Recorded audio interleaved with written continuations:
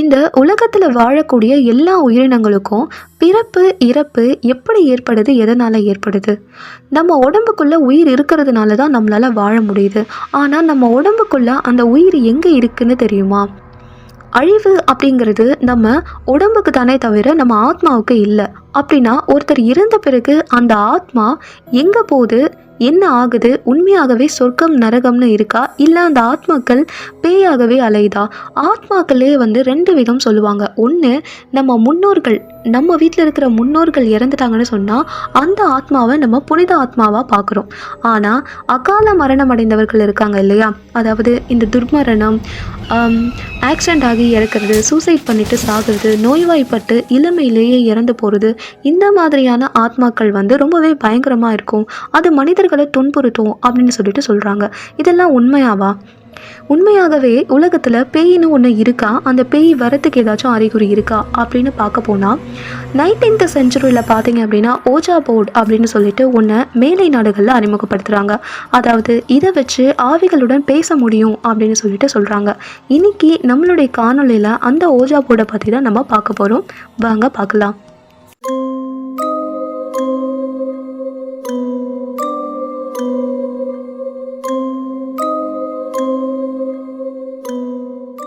ஒரு சில ஆன்மீகவாதிகள், அதாவது இந்த பேயெல்லாம் ஓட்டுறவங்க இருப்பாங்கல்ல, அவங்க ஆவிகள் கிட்ட பேச தொடர்பு கொள்ளணும் அப்படின்னு சொல்லிட்டு நினைக்கிறாங்க. இப்போது நம்ம வீட்டில் இறந்தவங்க யாருனா இருக்கிறாங்க அப்படின்னா அவங்க எதனால் இறந்தாங்க, இல்லை அவங்களுடைய ஆசைகள் என்ன, இல்லை அவங்களுக்கு ஏதாச்சும் வருத்தம் இருக்கா, அந்த மாதிரியான விஷயங்களை தெரிஞ்சுக்கணும் அப்படின்னு சொல்லிட்டு நினச்சி அப்போ தான் இந்த ஓஜோ போர்டு அப்படிங்கிறத அறிமுகப்படுத்துகிறாங்க.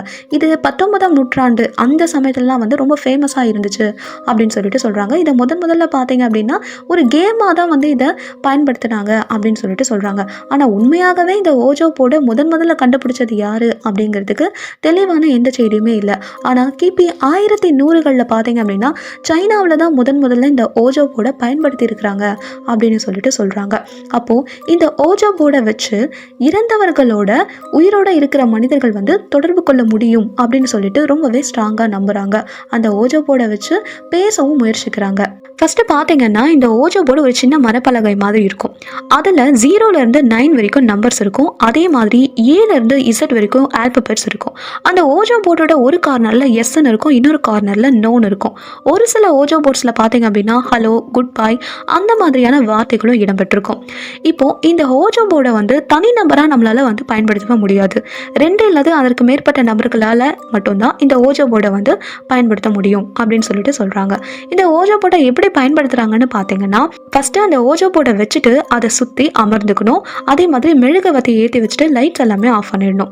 அப்புறம் நம்மளுடைய விரல்களை அந்த ஓஜோ போர்டு மேலே வைக்கணும். இப்போ 4 பேர் இருக்கோம்னு சொன்னால் நம்ம 4 பேரோட விரலுமே அந்த ஓஜோ போர்டு மேலே வைக்கணும். வச்சுட்டு நம்ம ஒரு சில கேள்விகளை எழுப்பணும். அப்போ நம்ம கேள்வி கேட்கும் போது அந்த ஓஜோ போர்டு தன்னால் அந்த எழுத்துக்களை காட்டி நமக்கு ஆன்சர் பண்ணும் அப்படின்னு சொல்லிட்டு சொல்கிறாங்க. ஒரு சில ஓஜோ போர்ட்ஸில் பார்த்தீங்க அப்படின்னா காயின்ஸ் வச்சு விளையாடுவாங்க.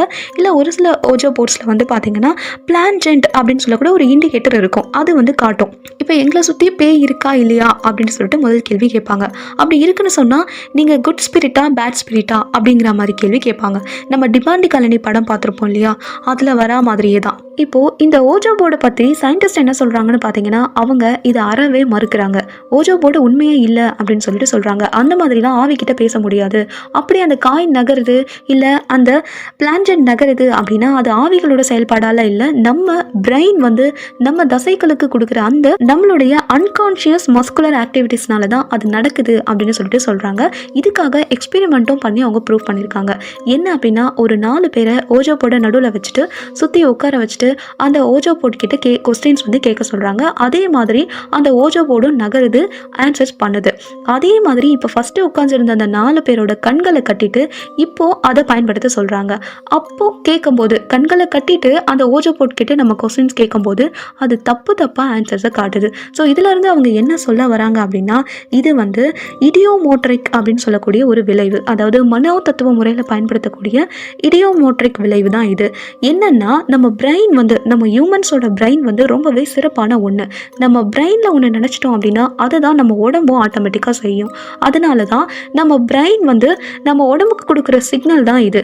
இப்போ உண்மையாகவே இந்த காயின் நகரும் நம்ம நினச்சிட்டே இருக்கும்போது ஆட்டோமேட்டிக்காக நாமளே நகரலனாலும் நம்மளுடைய தசையானது அதை செய்யுது. இதனால தான் வந்து அந்த ஓஜோ போர்டு வந்து பர்ஃபார்ம் பண்ணுது.